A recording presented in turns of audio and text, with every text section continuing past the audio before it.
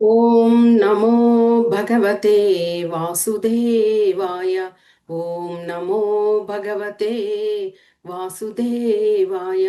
ఓం నమో భగవతే వాసుదేవాయ. అజ్ఞానతిమిరాంధస్య జ్ఞానాంజనశలాకయా చక్షురున్మీలితం येन తస్మై శ్రీగురవే నమః. నమావోం విష్ణుపాదాయ కృష్ణప్రష్టాయ భూతలే శ్రీమతే భక్తి వేదాంత స్వామిన్యితి నామినే. నమస్తే సరస్వతీ దేవే గౌరవాణి ప్రచారిణే నిర్విశేష శూన్యవాది పాశ్చాత్య దేశతారిణే. జయ శ్రీ కృష్ణ చైతన్య ప్రభో నిత్యానంద శ్రీ అద్వైత గదాధర శ్రీవాసాది గౌరభక్త బృంద. హరే కృష్ణ కృష్ణ కృష్ణ హరే హరే, హరే రామ రామ రామ హరే హరే. మూకం కరోతి వాచాలం పంగుం లంగాయతే గిరిం యత్కృపతం అహం వందే శ్రీగురుం దినతారణం పరమానందం మాధవం శ్రీ చైతన్య ఈశ్వరం. హరి ఓం తత్సత్. హరే కృష్ణ. ఈరోజు మనము రథయాత్ర, శ్రీ జగన్నాథుని యొక్క రథయాత్ర గురించి తెలుసుకుందాము. మొదట నీలాచల నివాసాయ నిత్యాయ పరమాత్మనే బలభద్ర సుభద్రాభ్యం జగన్నాథాయతే నమః. హరే కృష్ణ. మనము మొదటి భాగంలో జగన్నాథుని యొక్క ఆవిర్భావం ఏ విధంగా, పూరి జగన్నాథ క్షేత్రంలో జగన్నాథుడు ప్రతిష్ఠింపబడ్డారు ఇంద్రద్యుమ్న మహారాజు మూలంగా. తరువాత ఆయనకు స్నానయాత్రను చేయిస్తారు. ఆ స్నానయాత్ర తర్వాత జగన్నాథుడు మొట్టమొదట గణపతి అలంకరణలో ఉండాలి అని ఒక భక్తుడు కోరుకోవడం వల్ల ఆ విధంగా అలంకరణ చేస్తారు. అది మనము నిన్న తెలుసుకున్నాం. గణపతి భట్ట అనే ఒక భక్తుడు ఉండేవాడు. ఆయన గణపతి దేవుణ్ణి పూజించేవారు. అందరి దేవుళ్ళలో కూడా గణపతినే చూసేవారు. కాబట్టి ఆయన బ్రహ్మ పురాణం చదివి ఆయన దాంట్లో ఏం తెలుసుకున్నారు, జగన్నాథుణ్ణి ఎవరైతే దర్శనం చేసుకుంటారో వాళ్ళు మోక్షానికి వెళుతారు అని తెలుసుకొని ఆయన జగన్నాథపురికి రావడం. అదే సమయానికి స్నానయాత్ర జరుగుతున్నది. కానీ స్నానయాత్రలో భగవంతుడు ఎలాగున్నారు, జగన్నాథుని రూపంలో ఉన్నారు. కాబట్టి ఈయన భగవంతుడు కాదు అని వెళ్ళిపోతూ ఉన్నప్పుడు భగవంతుడే ఆయన దగ్గరకు వచ్చి, నీ కోరిక ప్రకారము నేను గణేశుని యొక్క అవతారంలో నీకు దర్శనం ఇస్తాను అని ఆయనకు దర్శనం ఇవ్వడం జరిగింది. అదే మనకు హాతి వేషం అని అంటారు. అంటే ఎంతటి కరుణ కృప కటాక్షాన్ని భక్తులు కోరుకుంటే జగన్నాథుడు ఇస్తారు అన్న విషయాన్ని మనము ఇందులో తెలుసుకోవచ్చు. ఇక ఆ స్నానయాత్ర తర్వాత వారిని ఒక గదికి తీసుకువెళ్ళి 14 రోజులు ఉంచడము. అక్కడ పూజారులందరూ కూడా భగవంతుణ్ణి చక్కగా సేవించడము, ఆయుర్వేద మూలికలతో కషాయం అలాంటివన్నీ చేసి ఆయనకు చక్కగా గమనించడము. తర్వాత 14 రోజుల తర్వాత 15వ రోజున వాళ్ళు ముగ్గురు కూడా రథాలలో ఎక్కి బృందావనంగా వారు అనుభూతిని పొందేటువంటి గుండీచా మందిరానికి చేరుకుంటారు. అలాగ వారు వెళ్ళాలి అంటే ఆ రథాలను సిద్ధం చేయాలి కదా.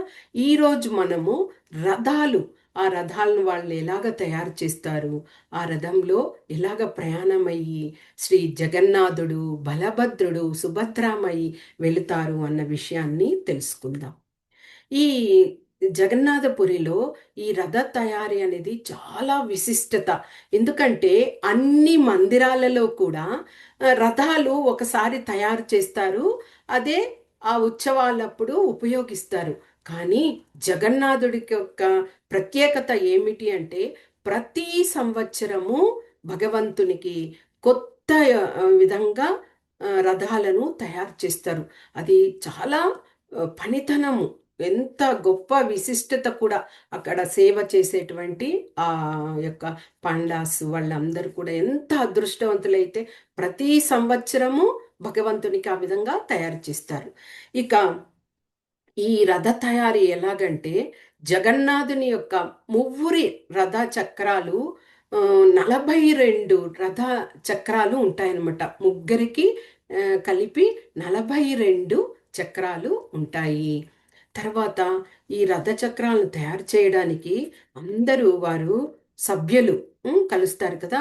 వీరందరూ కూడా ఉదయము 7 గంటల నుంచి రాత్రి సమయము 8 గంటల వరకు వాళ్ళు కష్టపడతారు. అంత ఇదిగా రథాన్ని తయారు చేయడానికి వాళ్ళు కృషి చేస్తారనమాట. అంటే ఈ రథం కూడా ఆ, ఎలాగా వేప వేప యొక్క వృక్షము లేదా హంసి అనే యొక్క వృక్షం ద్వారా వీళ్ళు దానిని తీసుకొస్తారు.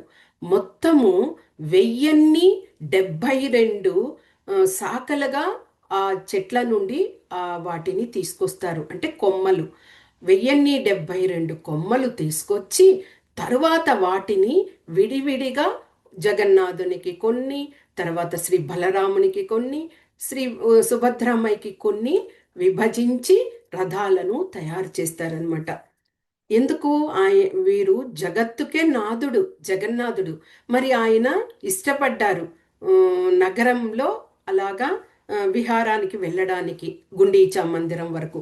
కాబట్టి కొత్తవి తయారు చేసి వారి ముగ్గురిని అధిరోహించి తీసుకువెళ్తారనమాట. ఇక ఈ రథ తయారీలో వీళ్ళందరూ కూడా అంటే ఇనుము మేకులు, మామూలుగా ఏవైనా రథాలు తయారు చేస్తే ఇనుమును ఉపయోగిస్తారు, మేకులు అలాగా ఉపయోగించరు. తర్వాత ఎలాంటి లోహాలు, ఇతరమైనటువంటి లోహాలను కూడా వీరు ఉపయోగించరు. అదేవిధంగా ఆధునిక యంత్రాలను కూడా వీరు ఉపయోగించరట. అంటే మేకులు లేకుండా, ఒక హ్యామర్, సుత్తి అలాంటివి లేకుండా ఎలాగంటే వాటిని కూడా చెక్కతోనే తయారు చేసుకొని ఆ చట్రాలను బంధిస్తారు. ఎంత గొప్పతనం చూడండి. అలాగా ఎలాంటి ఆధునిక మిషన్స్ కానీ అలాంటివి వాళ్ళు ఉపయోగించరు. ఇక ఇలాంటిది ఎలాగ వారికి ఆ నైపుణ్యం వచ్చింది అంటే వాళ్ళు ఎలాంటి శిక్షణను కూడా పొందరట. అది వాళ్ళ యొక్క పూర్వీకుల యొక్క జ్ఞానంతోనే వారు అలాగే తర్వాత ఇప్పుడు గురు పరంపరలు ఎలాగా గురు శిష్యులు అలాగా వస్తారో, వీరి పరంపరలో కూడా తండ్రి తర్వాత కుమారుడు, తర్వాత మళ్ళీ కుమారుడు, ఆ విధంగా ఆ పరంపరలోనే వాళ్ళు ఆ జ్ఞానాన్ని తీసుకొని ఇలాంటి రథాన్ని తయారు చేయడము ఉపక్రమిస్తారు. దాదాపు 3 నెలలు శ్రమిస్తారు. అక్షయ తృతీయ ఆ రోజు ప్రారంభిస్తే మళ్ళీ ఆ స్నానయాత్ర జరిగే ఆ సమయంకి అంతటికి 3 నెలల గడువు. ఆ సమయంలో అందరూ కూడా ఒక్కొక్క ఇంటి నుంచి ఒక్కొక్క సభ్యులు, లేకపోతే ఒక ఇంటిలో సామర్థ్యం కలిగిన వాళ్ళైతే 2, 3 అలాగా కూడా అందరూ చేరి అహోరాత్రులు వాళ్ళు శ్రమిస్తారు. అంత గొప్పదైన విషయమే ఈ రథ తయారు చేయడము. ఇక ఈ రథం తయారీలో 3 రథాలను వారు తయారు చేస్తారు. అలా 3 రథాలకు ఒక్కొక్క పేరు ఉంటుందన్నమాట. ఫస్ట్ రథము నందిఘోష. నందిఘోష అంటే శ్రీ జగన్నాథుని యొక్క రథము. ఇదే ఈ జగన్నాథుని యొక్క రథం యొక్క విశేషాలు ఏమిటి? ఒక్కొక్క రథానికి ఒక్కొక్క విశేషము. కొన్ని కొన్ని అంటే చక్రాలు కొన్ని ఉంటాయి, కొన్ని కర్రలతోనే వాటిని తయారు చేస్తుంటారు, అలాగే విశేషాలు ఉంటాయి. ఆ విధంగా తీసుకున్నప్పుడు జగన్నాథుని యొక్క రథంను నంది ఘోష అని అంటారు. ఇక ఈ జగన్నాథునికి ఇంకొక పేరు ఏమి అంటే పీతవాసుడు. పీత అంటే ఎల్లో, పసుపు కలరు. కాబట్టి ఈ రథానికి పసుపు వర్ణంలో కలిగినటువంటి వస్త్రాన్ని, ఎరుపు వర్ణం 2 కలగలిపినటువంటి వస్త్రాలని రథం యొక్క పైభాగాన ఉంచుతారనమాట. అంటే కప్పడం చేస్తారు. ఇక ప్రతి సంవత్సరం కొత్త రథాలే తయారు చేస్తారని మనం తెలుసుకున్నాము. ఈ రథానికి, జగన్నాథుని యొక్క రథానికి 763 కొమ్మలను ఖండిస్తారట. అంటే తెచ్చినవి 1072, వాటిలో 763 కొమ్మలను తీసుకుంటారు. అలాగ తీసుకున్న ఆ కొమ్మల నుండి తరువాత కూడా మళ్ళీ 832 ముక్కలుగా వాటిని, అంటే ఆ రథం యొక్క అమరిక ఎలాగ ఉంటుందో ఆ విధంగా ఆ చెక్కలన్నింటిని కూడా వాళ్ళు తయారు చేసుకుంటారు. అంటే 763గా చెట్టు యొక్క కొమ్మలను ఖండిస్తారు, 832 కొయ్యలుగా తయారు చేస్తారు. అవన్నీ బిగించాలి కదా, చేస్తారు. తర్వాత ఈయనకు జగన్నాథుని యొక్క చక్రాన్ని, అదే జగన్నాథుని యొక్క రథానికి మొత్తం ఎన్ని చక్రాలు ఉంటాయి అంటే 16 చక్రాలు ఉంటాయట. 16. ఇక ఎత్తు చూస్తే, ఆ రథం యొక్క ఎత్తు చూసినప్పుడు 40.5 ఫీట్స్ అనమాట. అంటే 40 అడుగుల ఎత్తు ఉంటుంది జగన్నాథుని యొక్క రథము. వెడల్పు చూసినప్పుడు 34 ఫీట్, 34.6 అంత వెడల్పు ఉంటుంది. తర్వాత ఆ రథం యొక్క ధ్వజం, అంటే ఒక్కొక్క రథానికి ఒక్కొక్క పతాకం ఎగురవేస్తారు. అలాగా ధ్వజం ఏమిటి అంటే గరుడ ధ్వజం అన్నమాట జగన్నాథునికి. ఇక సారథి ఎవరు ఉంటారు అంటే, సారథి క్రింద దారుక, నార్మల్గా కృష్ణ భగవానునికి దారుక కదా ఆయన సారథి, ఆయన ఉంటారనమాట. ఇక ఈ జగన్నాథుని యొక్క రథ హార్సెస్, అశ్వంతోటే కదా రథము వెళుతుంది. ఈ అశ్వములు కలర్ ఏమిటి అంటే తెల్లటి కలర్లో గుర్రాలు ఉంటాయన్నమాట. ఇది నంది ఘోష, అంటే జగన్నాథుని యొక్క రథం యొక్క విశేషాలు ఎంత అద్భుతంగా ఉన్నాయి చూడండి. మామూలుగా అయితే మనం మందిరాలలో వెండి రథాలు, బంగారు రథాలు, ఇలాంటి దారు రథాలు ఉంటాయి. కానీ ఒక్కసారి ఆ ఉత్సవం జరిగినప్పుడు వాటిని శుభ్రం చేస్తారు. కానీ ఈయనకు మాత్రము పూర్తిగా సంవత్సరానికి కొత్తగానే తయారు చేస్తారు. ఆ విధంగా ఆ వృక్షాలన్నింటినీ ఖండించిన తర్వాత ఎన్ని వృక్షాలు తీసేశారో అన్ని వృక్షాలను మళ్ళీ కూడా వాళ్ళు సీడ్స్ వేసి మళ్ళీ కూడా వచ్చే విధంగా చేస్తారు. అంత ఇదిగా ఉంటుంది. ఇక రెండవ రథం ఎవరు? బలరాముని.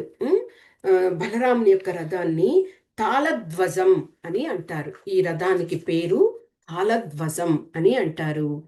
ఈ రథంలో ఎలాగా ఈయనకు నీలాంబరుడు అనే పేరు కూడా ఉంది, అంటే నీలం కలర్. అలాగా ఉండడం వలన ఈ యొక్క రథంకి వస్త్రాలు నీలి కలర్లో, రెడ్ కలర్లో, అంటే ఎరుపు నీలి వర్ణాలు కలిగినటువంటి వస్త్రాలను ఆ రథానికి అమరుస్తారనమాట. ఇక ఈ బలరాముని యొక్క ఈ రథానికి ఎన్ని చెక్కలు వాడతారు? 593 కొమ్మలను తీసుకొని వస్తారు. తర్వాత ఈ రథం తయారీకి అనుగుణంగా 763 కాండాలుగా వాటిని విభజిస్తారు. అంటే ఈ 593 అనేవి పెద్ద పెద్ద కొమ్మలు. ఆ కొమ్మలను, కాండాలను తెచ్చి మళ్ళీ ఆ రథానికి అనుగుణంగా 763 చెక్కలను తయారు చేసి రథం యొక్క చక్రాలు ఎన్ని బిగిస్తారు? 14 బిగిస్తారు. జగన్నాథుని రథానికి 16 చక్రాలు బిగించారు. ఈ బలరాముని యొక్క రథానికి 14 చక్రాలని బిగిస్తారట. తర్వాత హైట్, ఎత్తు చూస్తే 39.6 ఫీట్ అనమాట శ్రీ బలరాముని యొక్క రథము. వెడల్పు 33.3 ఫీట్ ఎత్తు, వెడల్పు. ఇక ఈ ఈ బలరాముని యొక్క రథానికి ధ్వజం ఏమిటి అంటే, ఆయనకు గుర్తు నాగలి చేత ఉంటుంది కాబట్టి నాగలి గుర్తు ఉంటుంది పైన. తర్వాత రథసారథి ఎవరు అంటే మాతలి అని చెప్తారు. ఇది తాళధ్వజ, అంటే బలరాముని యొక్క చక్రము.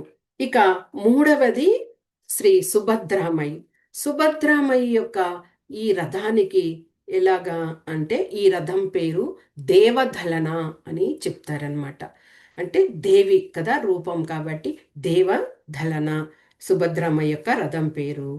ఈ రథము ఆమె ఆమెకొచ్చి ఎరుపు కలరు, తర్వాత బ్లాక్ అంటే నలుపు, ఎరుపు నలుపు కలిగినటువంటి వస్త్రాన్ని ఆ రథానికి చుట్టుతారు. ఇక సుభద్రాదేవి యొక్క రథానికి ఎన్ని కొమ్మలు? 593 కొమ్మలను తెస్తారు. వాటిని అంతే 593 కాండాలుగానే విభజించి దానితోనే రథాన్ని తయారు చేస్తారు. ఇక సుభద్రామయ్య యొక్క చక్రాలు, ఆ రథానికి తయారు చేయడానికి చక్రాలు ఎన్ని అంటే 12. అందుకే మొత్తం 3 రథాలకు కలిపి 42 చక్రాలు ఉంటాయి అని చెప్పడము. 12. ఇక ఎత్తు, సుభద్రామయ్య యొక్క రథాన్ని ఎత్తు ఎంత? 38.4 ఫీట్ అట. అదేవిధంగా వెడల్పు తీసుకున్నప్పుడు 31 ఫీట్. ధ్వజం, ధ్వజం అంటే ఆ యొక్క పతాకం యొక్క ఇది ఏమి? పద్మం, పద్మం యొక్క గుర్తుగా ఆ ధ్వజం అనేది ఉంటుంది. ఇక సారథి అర్జునునిలాగా అక్కడ ఉంచుతారు. అర్జునుడే ఆయనకు సారథిలాగా తీసుకొని వస్తారట. అలాగంటే అర్జునుడు అని కాదు, అర్జును యొక్క సారథిగా అక్కడ గుర్తు ఇదిగా పెడతారు. తర్వాత ఇక అదే రథసారథి అయింది కదా. ఇక సుభద్రామ యొక్క అశ్వము ఏ కలర్లో ఉంటాయంటే బ్రౌన్ కలర్లో ఉంటుంది. మనము శ్రీ బలరాముని యొక్క రథానికి అశ్వాలు చెప్పుకోలేదు కాబట్టి ఆ అశ్వాల కలర్ ఏమిటి అంటే నలుపు రంగులో అశ్వాలు ఉంటాయి. మీరు ఇప్పుడు ఇవన్నీ చెప్పినవన్నీ కూడా మీరు జగన్నాథుని యొక్క రథోత్సవం రోజు గమనించారనుకోండి, ఈ ఈ చిహ్నాలన్నీ కూడా మనము చూడవచ్చు. ఇది సుభద్రామయ్య యొక్క చిహ్నము. ఇక ఆ విధంగా రథాలను తయారు చేస్తారు.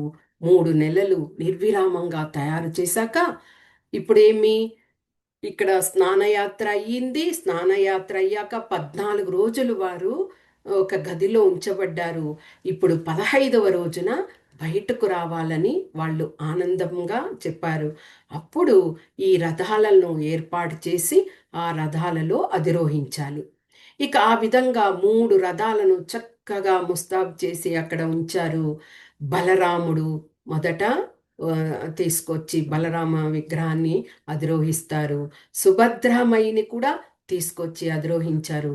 కానీ జగన్నాథుడు మాత్రము ఆ గది దాటి బయటకు రానంటారు. ఇది జరిగే విషయాన్ని వీటిని అంతటిని పాహాండి ఉత్సవం అంటారు. చాలా అద్భుతంగా ఉంటుంది. మనం ఆ రథోత్సవం రోజు గమనించామంటే ఆశ్చర్యంగా ఉంటుంది ఈ ఉత్సవము. ఎందుకంటే జగన్నాథుడు 14 రోజులు చక్కగా నిద్రపోతూ కషాయము వాటిని తాగుతూ రెస్ట్ తీసుకున్నారు కదా. ఆ విధంగా ఉండేసరికి 15వ రోజుకి ఆయన బయట కదలనంటారు. ఇంకా కూడా విశ్రాంతి తీసుకోవాలని అని అంటారు. ఇక్కడ ఏమవుతుంది, ఈ పాహండి ఉత్సవంలో ఇద్దరుగా ఈ పూజారులు, ఒకవైపు కృష్ణుని వైపు వాళ్ళు, ఇంకొక వైపు ఆపోజిట్ వాళ్ళు, ఆ విధంగా అయిపోతుంది. లీల లాగా చేస్తారు. ఈ కృష్ణుడి వైపు వాళ్ళు కృష్ణ భగవాను యొక్క విగ్రహాన్ని చక్కగా అలంకరణ చేసి బయట తీసుకురావడానికి కొద్ది దూరం తీసుకొస్తారు. అక్కడే నిలిపి పెడతారు. తర్వాత నెట్టుతారు కృష్ణ భగవాన్ అదే అదే జగన్నాథుణ్ణి నెట్టుకుంటూ తీసుకొస్తారు. ఎందుకంటే కదలనంటారు బయటికి వెళ్ళడానికి. ఇంకా కూడా అలాగే ఉంటే అప్పుడు కొద్దిగా పుష్ చేస్తారు. తర్వాత మళ్ళీ ఇటువైపు వాళ్ళు వద్దు వద్దు ఆయన జగన్నాథుడు రెస్ట్ తీసుకొని అని అలాగే ఇటువైపు వాళ్ళు ఇది చేస్తారు.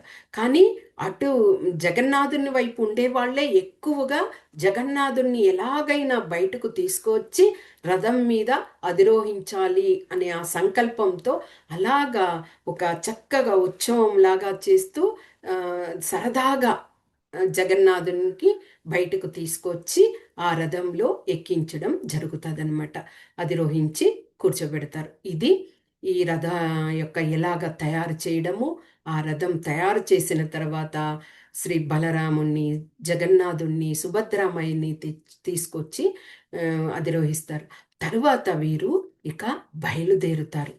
అలాగ బయలుదేరేటప్పుడు ఆ ఊరి రాజు, అంటే ఒరిస్సా యొక్క రాజు ఎవరైతే ఉంటారో ఆ రాజు అక్కడ వచ్చి చక్కగా ఆ రథాల ముందు బంగారు చీపురుతో శుభ్రం చేసి, తర్వాత ఆ ఆ, ఇదే నీటిని, జలాన్ని, ఆ జలంలో సుగంధ ద్రవ్యాలు, పసుపు, చందనము, పువ్వులతో కలిపిన ఆ నీటిని అంతటా చల్లి తరువాత ఆయన నిష్క్రమిస్తారు. అంటే ఇక్కడ రాజైతే కూడా భగవంతుడికి నేను సేవకుడిని అని తెలియచేసే విధానమే ఇక్కడ.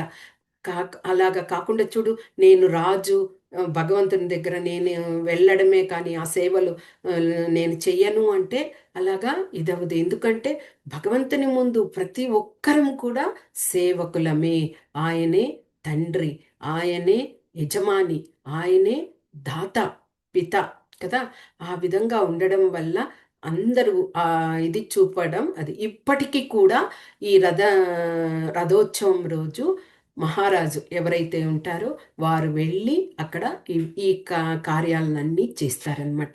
అది అయ్యాక ఇక ఇప్పుడు బయలుదేరుతుంది రథం.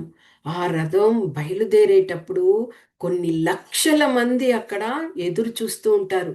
కాబట్టి చాలా జాగ్రత్తగా రథాన్ని లాగుతూ కొంత దూరం తీసుకెళ్ళి మళ్ళీ నిలపడము, మళ్ళీ ఎందుకంటే ఒక్కసారిగా అంతమంది ఫోర్సబుల్గా ఆ రథం యొక్క దారంని లాగేశారనుకోండి, రథాలు అలాగే కదిలి వచ్చేస్తాయి. అప్పుడు నష్టం కూడా జరగవచ్చు. కానీ అందుకే చాలా జాగ్రత్తగా ఈ రథోత్సవం జరిగేంత వరకు 10 రోజులు, ఎందుకంటే జగన్నాథుడు ఈ ముగ్గురు బయలుదేరడం, గుండీచా మందిరంకు చేరుకోవడం, అక్కడ వారం రోజులు గడపడం, తర్వాత తిరిగి ప్రయాణం ఉంటుంది. అలాగ 10 రోజులు జరుగుతాయి. కాబట్టి ఆ ఉత్సవ దీనిని ఆ కమిటీ వాళ్ళు చాలా ప్రశాంతంగా చక్కగా చేస్తారు. ఇక భగవంతుడు గుండీచా మందిరానికి బయలుదేరుతారు. ఈ రథోత్సవం అనేది కూడా అంతా కూడా జగన్నాథుని యొక్క సంకల్పమే. ఆయనకు ఇష్టపడ్డారనుకోండి, ఆ మందిరం నుంచి శ్రీక్షేత్రం, పూరి జగన్నాథ క్షేత్రం నుంచి గుండీచా మందిరానికి ఎంత టైము అంటే, టైం కాదు, ఎన్ని కిలోమీటర్లు అంటే 3 or 4 కిలోమీటర్స్ ఉండవచ్చు. సాధారణంగా వెళ్తే ఒక 3 గంటలో 5 గంటల్లో చేరుకోవచ్చు. కానీ జగన్నాథుని యొక్క రథం కదిలితే సాయంత్రం ఆ రాత్రి వేళకే గుండీచా మందిరానికి చేరుకుంటుంది. అక్కడికి చేరుకున్నాక కూడా ఆ గుండీచా మందిరానికి వెళ్ళినా కానీ ఆయన ఇష్టము, వెళ్ళిన రోజే మందిరం లోపలికి అడుగు పెట్టరట. అక్కడే ఆ రోజు రాత్రంతా బయటే ఉంచేసి అలాగే రథాలను ఉంచి అందరూ మేల్కొని ఆయనకు సేవలు చేస్తూ ఉంటారు. తర్వాత ఆయనకు ఇష్టపడినప్పుడే అవన్నీ కూడా, ఇవన్నీ ఎలాగ తెలుస్తాయి అంటే అక్కడ పూజారులు ఉంటారు కదా, వాళ్ళు భగవంతుణ్ణి ఒక స్నేహితుడిలాగా భావిస్తారు. వారే కాదు, ఆ జగన్నాథపురిలో ఉండే వాళ్ళందరూ కూడా భగవంతుని ఒక ఫ్రెండ్ లాగా ఇదంటారు. కాబట్టి ఆ భావాలన్నీ కూడా ఆ పూజారులలో తెలుస్తాయి. అదే విధంగా చూడండి, సైనహారతి చేస్తారు భగవంతునికి. మనకి అన్ని మందిరాలలో సైనహారతి అనేది 8 నుంచి 8:30 లోపలికి ముగిస్తారు. కానీ జగన్నాథుని యొక్క మందిరంలో మాత్రము సైనహారతి ఆయన ఇష్టమట. ఒకరోజేమో 10కే ముగించేస్తారు, ఒకరోజు 11 గంటలు అవుతాయి, ఒకరోజు 12 అవుతుంది, ఒకరోజు 2 గంటలు కూడా అవుతుందంట. ఎందుకు అంటే ఆయన లీలలు చేసి అలసిపోయి నాకు నిద్ర వస్తుంది అని ఆ పూజారుల యొక్క హృదయంలో తెలియచేసినప్పుడే ఆయనకు సైనహారతి చేస్తారు. ఎంత అద్భుతంగా ఉంది కదా, వింటుంటేనే అంత ఆనందంగా ఉంది. ఆ విధంగా జగన్నాథపురిలో మాత్రము అన్ని ప్రత్యేకతలే అనమాట. ఇక ఆ విధంగా ఈ గుండీచా మందిరానికి చేరుకునే లోపలే ముందు రోజున గుండీచా మార్జనం చేస్తారు. అంటే పూర్తిగా ఆ గుండీచా మందిరాన్ని శుభ్రం చేస్తారు. ఒక్క ఇది కూడా డస్ట్ లేకుండా, ధూళి లేకుండా అందరు భక్తులు మనకు చైతన్య మహాప్రభుల వారు 500 ఇయర్స్ ముందు ఉన్నారు కదా, ఆయన చైతన్య మహాప్రభుల వారు తన శిష్యులను అందరినీ తీసుకొని ఆ గుండీచా మందిరానికి వెళ్ళి, ఇంద్రద్యుమ్న మహారాజు తవ్వించినటువంటి ఒక సరస్సు ఉన్నది. ఆ సరస్సు నుంచి నీటిని అందరూ క్యూ రూపంలో నిలబడి అక్కడి నుంచి నీటిని ఒకరికొకరు అందిస్తూ తీసుకొని వెళ్ళి ఆ మందిరంలో ఆ నీటిని అంతా వేసి శుభ్రం చేస్తారు. స్వయంగా సాక్షాత్తు కృష్ణ భగవానుని యొక్క రూపమైనటువంటి చైతన్య మహాప్రభువుల వారు ఆ విధంగా సేవలు చేసి వారి శిష్యులకు కూడా మీరు ఈ విధంగా సేవలు చెయ్యాలి అని తెలియచేశారు. ఎంత గొప్పతనం కదా. ఆ విధంగా ఆ మార్జనం పూర్తిగా అయిన తర్వాత వీరు ముగ్గురిని అక్కడికి తీసుకువెళ్ళి అక్కడ ఉంచుతారు. అది కూడా జగన్నాథుని యొక్క ఇష్టం మేరకే ఆయన వెళ్ళడము అనేది కానీ, లేదా ఆయన అక్కడే ఉండడం అనేది కానీ, అది అన్నీ కూడా అలాగా జరుగుతాయి అన్నమాట. ఇక అక్కడికి వెళ్ళిన తర్వాత ఆ మందిరంలో, అదే గుండీచా మందిరంలోకి వెళుతారు. ఆ రథయాత్ర అసలు ఈ శ్రీక్షేత్రం నుంచి గుండీచా మందిరం వరకు ఎందుకు రథయాత్ర చేస్తారు అని మనము ఆ రథయాత్ర గురించి తెలుసుకున్నప్పుడు, కురుక్షేత్ర యుద్ధం జరిగింది. కురుక్షేత్ర యుద్ధము జరిగిన తర్వాత అంతవరకు కూడా శ్రీకృష్ణ భగవానుడు బృందావనానికే వెళ్ళలేదు. అంటే బృందావనానికి అక్రూరుడు వచ్చి కృష్ణ బలరాములను మధురా నగరానికి తీసుకువెళ్ళారు కంసుడు చెప్పడం వలన. ఇక అలాగ బృందావనంకి వెళ్ళిన కృష్ణ బలరాములు చాలా సంవత్సరాలు గడిచిపోయాయి, బృందావనానికి వెళ్ళలేదు. ఆ సమయం కురుక్షేత్ర యుద్ధం కూడా ముగిసిపోయింది.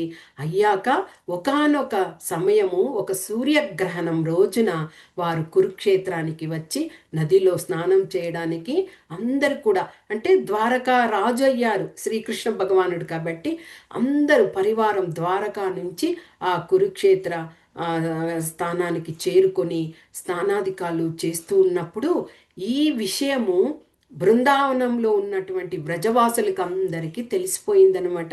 కృష్ణ భగవానుడు వచ్చారు అని.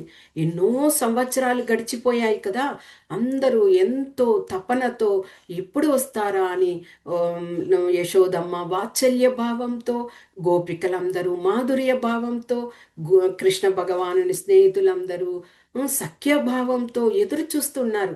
అప్పుడు వారందరూ కూడా కూడబలుకుని అందరూ ఆ ప్రదేశానికి వచ్చారు.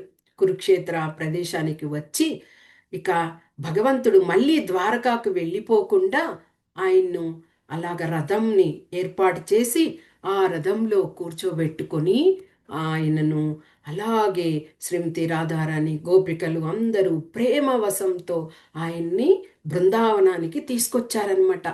ఆ యొక్క లీలను ఇక్కడ జగన్నాథుడు, బలరాముడు, సుభద్రమయ్యి వారు గుర్తు తెచ్చుకొని ఆ విధంగా ఆ లీలల్లో పాల్గొనడానికే ఇక్కడికి వెళ్తారు. గుండీచా మందిరానికి వెళ్ళి హాయిగా 7 రోజులు ఆ ప్రాంతంలో అంతా చుట్టి తిరిగి శ్రీక్షేత్రం చేరుకుంటారు. ఇలాగ జగన్నాథుడు బయలుదేరే సమయంలో ఏమైంది, లక్ష్మీదేవికి చెప్పకుండానే బయలుదేరారనమాట. ఎందుకు ఆ విధంగా లక్ష్మీదేవి ఆ శ్రీక్షేత్రంలో ఉండి ఆ వంటగదిలో ఆమె పూర్తిగా చూసుకుంటారు. భగవంతుడికి ప్రతీది భోగాలు తయారు చేయించడము, ఆయనకు పంపించడం అన్ని. మరి భగవంతుడు జగన్నాథుడు లక్ష్మీదేవికి ఎందుకు చెప్పకుండా బయలుదేరేశారు అంటే, లక్ష్మీదేవి ఐశ్వర్య భావంతో ఉంటారు కదా, సంపద ఆయనకు భగవంతుని యొక్క సంపద దీనికి చిహ్నము. అలాగా అంటే ఈ మందిరంలో ఆయన అన్ని రకాలైన ఐశ్వర్య భావాలని చూశారు. ఇక అక్కడ బృందావనంలో ఎలాగుంటారు భక్తులు కానీ, గోపికలు కానీ, గోప బాలురు కానీ, తల్లి కానీ వాత్సల్యం, మాధుర్యం, సఖ్యం, దాస్యం ఇలాంటి భావంలో ఉంటారు. కాబట్టి అలాంటి అనుభూతిని పొందాలి అని లక్ష్మీదేవికి చెప్పకనే బయలుదేరారు. ఎప్పుడైతే వీళ్ళు బయలుదేరి వెళ్ళిపోయారో లక్ష్మీదేవికి విషయం తెలిసి చాలా కోపం వచ్చేసింది. ఇక ఏం చేశారు, వీరు వెళ్ళి అక్కడ చేరాక 5వ రోజు తన యొక్క పరిచారకులు అందరినీ తీసుకొని ఈమె పల్లకీలో బయలుదేరుతారు గుండీచా మందిరానికి. ఇప్పుడు చెప్పే ఈ విషయాలన్నీ కూడా ఇప్పుడు కూడా ఆ పూజారులు ఒకవైపు వారు లక్ష్మీదేవి వైపు కొంతమంది, జగన్నాథుని వైపు కొంతమంది ఉండి ఈ ఉత్సవాన్ని జరిపిస్తారనమాట. అలాగ లక్ష్మీదేవి అక్కడికి వెళ్ళారు. వెళ్ళిన తర్వాత ఆ లక్ష్మీదేవితో వచ్చిన వారు జగన్నాథునికి విన్నవించారు. జగన్నాథుడు కూడా బయటికి వచ్చారు. ఇద్దరిని ఒక వేదిక మీద కూర్చోబెట్టి సంభాషించుకోమని చెప్పారనమాట. అప్పుడు లక్ష్మీదేవి చెప్పింది, శ్రీక్షేత్రంలో అంత ఐశ్వర్యము, నిరంతరము ప్రసాదాలు తింటూ ఆనందంగా ఉన్నావు కదా, ఈ బృందావనంలో ఏమి ఉందని నువ్వు ఇక్కడికి వచ్చావు అని అడగడము. అప్పుడు జగన్నాథుడు చెప్పడము, ఐశ్వర్యాలు, భోజనము అవన్నీ కూడా అన్నీ విసిగిపోయాను నేను. నాకు ఇక్కడ ఈ భావాలు ఏమిటి, అదే సఖ్యం, తర్వాత దాస్యం, వాత్సల్యం, మాధుర్యం, ఇవన్నింటినీ నేను అనుభూతి చెందడానికి ఇక్కడే వచ్చాను అని జగన్నాథుడు చెప్పడము. తరువాత లక్ష్మీదేవి, ఇక్కడ మా బృందావనంలో ఏముంది, చెట్లు, చేమలు, నదులు, గోవులు, గోపబాలురే కదా అంటే, అవే నాకు ఆనందము అని చెప్పి ఒక మాలను లక్ష్మీదేవికి ఇచ్చి నేను త్వరలో వస్తాను, బయలుదేరు అని పంపించడం జరిగింది. అయినా లక్ష్మీదేవికి కోపంగానే ఉంది. బయటికి వచ్చారు. వచ్చి తన పరిచారికలు ఉంటారు కదా, వారితో చెప్పారు, మీరు జగన్నాథుడు వచ్చిన రథాన్ని కొంత భాగం ధ్వంసం చేయండి, అలాగా చేసినప్పుడు ఆయన తెలుసుకుని వచ్చేస్తారు అని చెప్పి లక్ష్మీదేవి గుండీచా మందిరం యొక్క బయట వచ్చి అక్కడ ఒక పెద్ద చింత వృక్షం ఉంటే దాని వెనుక దాగి చూస్తున్నారు తన పరిచారకులు ఏం చేస్తున్నారని. అలాగ చేస్తుండేసరికి అక్కడ పెద్ద శబ్దం అవ్వగా ఇక లక్ష్మీదేవి అలాగే రహస్య ద్వారం గుండా శ్రీక్షేత్రం చేరిపోయి ఆ శ్రీక్షేత్రం పూరి జగన్నాథ క్షేత్రం యొక్క దర్వాజా అంటే ద్వారాన్ని మూసివేశారు. వీళ్ళెవ్వరు ముగ్గురు సోదరులు సోదరి లోపలికి రాకూడదు అనేసి వెళ్ళిపోయారు, లోపలికి వెళ్ళిపోయారు. తర్వాత వీరు ముగ్గురు అక్కడ 7 రోజులు ఉండి తర్వాత మళ్ళీ ప్రయాణం. ఆ ప్రయాణంనే మారు రథయాత్ర. మారు అంటే తిరిగి రథను యాత్ర చేసుకొని రావడం, మారు రథయాత్ర అంటారు. తిరిగి శ్రీక్షేత్రం. అలాగా వస్తూ వస్తూ కూడా వాళ్ళు ఒక ప్రాంతంలో ఆగుతారట. ఆ ప్రాంతంలో సుభద్రమయ్యి చక్కని స్వీట్ తయారు చేస్తే దానిని సోదరులు ఇద్దరు అది తీసుకొని చక్కగా బయలుదేరి శ్రీక్షేత్రం చేరుకుంటారు.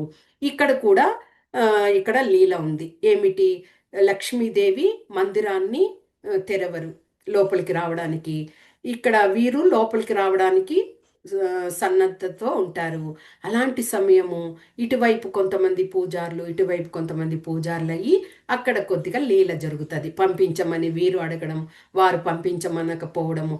అలాగ కొద్దిసేపు అయ్యాక తర్వాత లక్ష్మీదేవి తరపున ఉన్నటువంటి వాళ్ళు చెప్తారు, మీరు లక్ష్మీదేవికి క్షమాపణ చెప్పాలి అని పూజారులకు చెప్పినప్పుడు వారు వచ్చి లక్ష్మీదేవికి సాష్టాంగ నమస్కారాలు చేసి ఒప్పుకుంటారు, మేము లోపలికి రావడానికి మాకు ఆహ్వానం ఇవ్వండి అంటే.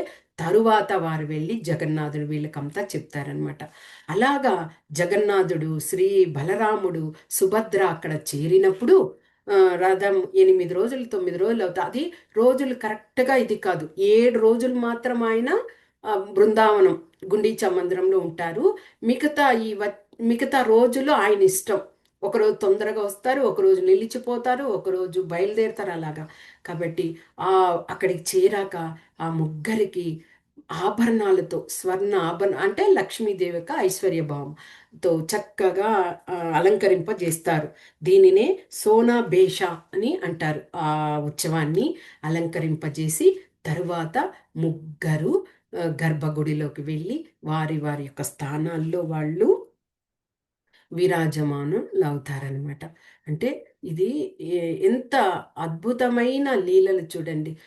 జగన్నాథుడు ఆ విధంగా కోరుకోవడము, ఆ గుండీచా మందిరానికి వెళ్ళి అక్కడ ఒక 7 రోజులు విశ్రాంతి తీసుకోవడం అంటే మనము మనుషుల్లోనే అనుకుంటాము ఇలాగా కష్టాలు అంటే కష్టపడ్డాము, సుఖంగా ఉండాలి, విశ్రాంతి తీసుకుంటాము అని అనుకుంటాము. కానీ భగవంతుని విషయంలో కూడా ఆయన కూడా ఇలాంటి లీలలు అంటే అలాగా ఆ, వెళ్ళి ఆ ప్రేమ మాధుర్యాన్ని అంటే ఆ యొక్క తల్లి యొక్క వాత్సల్యాన్ని, తర్వాత స్నేహితుల యొక్క ఆ దాస్య సఖ్య భావాలను, గోపికల యొక్క వారి యొక్క మాధుర్యాన్ని, ఆ అనుభూతులంతా పొందాలి అని ఒక లీలలాగా చేయడం అనేది ఇది ఒక అద్భుతమైన విషయము.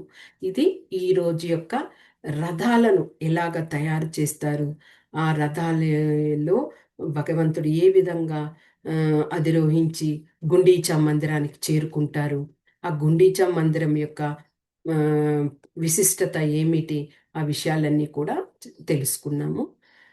రేపటి దినము మనము ఆ మందిరంలో ఉన్నటువంటి భగవంతుని యొక్క ప్రపంచానికే గొప్పదైన ఆ, వంటశాల, ఆ వంటశాలలో ఎలాగ ఉంటాయి, తర్వాత సమయం ఉంటే మనము ఇంకా చుట్టూతా ఉన్నటువంటి మందిరాల గురించి కూడా తెలుసుకుందాం. ఓకేనా?